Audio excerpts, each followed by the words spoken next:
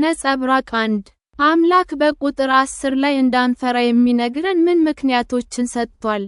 2 አምላክ በእነዚህ ጥቅሶች ውስጥ እኛን ለመርዳትና ለማጠናከር ቃል የገባው እንዴት ነው? 3 በቁጥር 11 እስከ 12 መሰረት የእግዚአብሔርን ሕዝብ የሚቃወሙ ምን ይሆናሉ?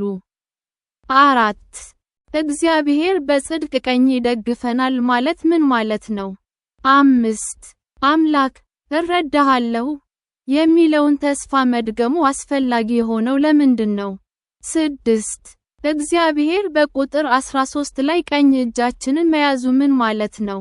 7 እነዚህ ጥቅሶች አምላክ በሕይወታችን ውስጥ ያለውን የግል እንክብካቤና ኃይል የሚገልጹት እንዴት ነው? ኢሳይያስ 41 10 እስከ 13 እኔ ከአንተ ጋር ነኝና አትፍራ፣ አምላክህ ነኝና አትደንግጥ። አበረታሃለሁ፣ እረዳሃለሁ፣ በጽድቄም ቀኝ እጄ ደግፌ ይዝሃለሁ።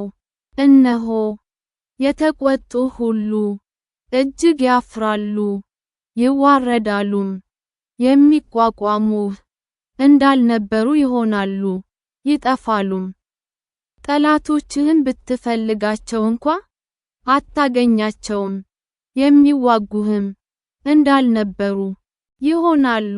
እኔ እግዚአብሔር አምላክህ ቀኝ እጅህን እይዛለሁና አትፍራ ይልሃል፣ እረዳሃለሁ።